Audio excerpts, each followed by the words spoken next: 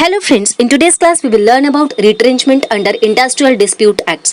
The meaning of the retrenchment is to terminate the employees or workmen by the employer for economic reasons. This termination of the services is not done as a punishment or a disciplinary action but on the ground of the surplus labor or the financial position of the business or a company. This removal or discharge of a worker from the work by the employer is known as retrenchment. It donates the end of the relationship of employer and employee. Section 200 of the Industrial Dispute Act states that retrenchment means termination of a service of a workman by an employer for any reason whatsoever otherwise than as a punishment inflicted by a way of a disciplinary action.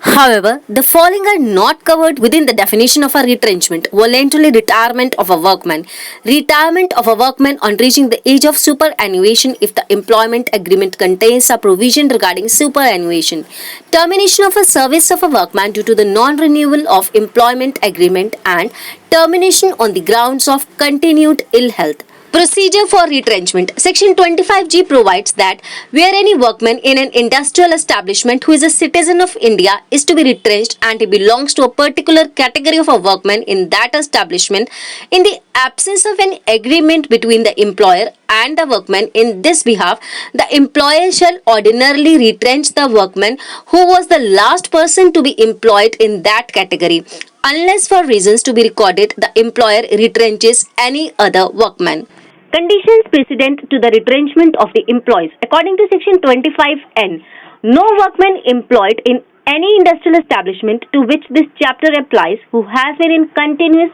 service for not less than 1 year under an employer shall be retrenched by that employer until the workman has been given 3 months' notice in writing indicating the reasons for retrenchment, and the period of notice has expired or the workman has been paid in the lieu of such notice wages for the notice,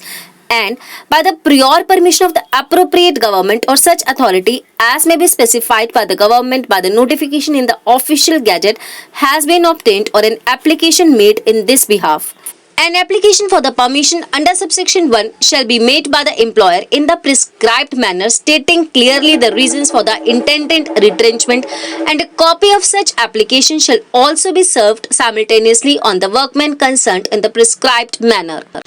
Where an application for permission under subsection 1 has been made, the appropriate government or the specified authority, after making such inquiry as it thinks fit and after giving a reasonable opportunity of being heard to the employer, the workmen concerned and the persons interested in such retrenchment, may having regard to the genuineness and adequacy of the reasons stated by the employer, the interests of workmen and all other relevant factors by order and for the reasons to be recorded in writing, grant or refuse to grant such permission, and a copy of such order shall be communicated to the employer and the workman. Where an application for permission has been made under subsection 1 and the appropriate government or the specified authority does not communicate the order granting or refusing to grant permission to the employer within a period of 60 days from the date on which application is made, the permission applied for shall be deemed to have been granted on the expiration of the set period of 60 days. Order of the appropriate government or the specified authority granting or refusing to grant permission shall, subject to the provisions of subsection 6,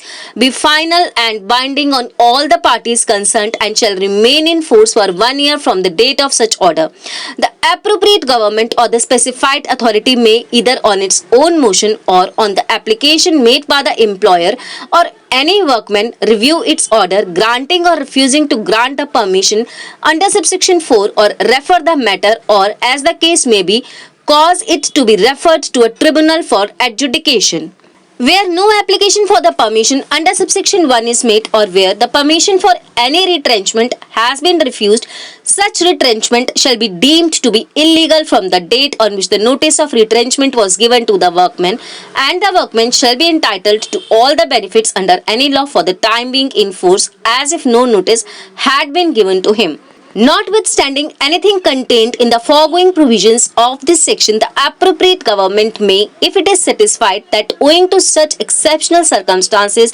as accident in the establishment or death of the employer or the like, it is necessary so do so, by order direct that the provisions of subsection 1 shall not apply in relation to such establishment for such period as may be specified in the order. Where the permission for retrenchment has been granted under subsection 3 or where the permission for retrenchment is deemed to be granted under subsection 4, every workman who is employed in that establishment immediately before the date of application for the permission under this section shall be entitled to receive at any time of retrenchment compensation which shall be equivalent to 15 days average pay for every completed year of continuous service or any part thereof in excess of 6 months. For more such videos, please like and subscribe our channel.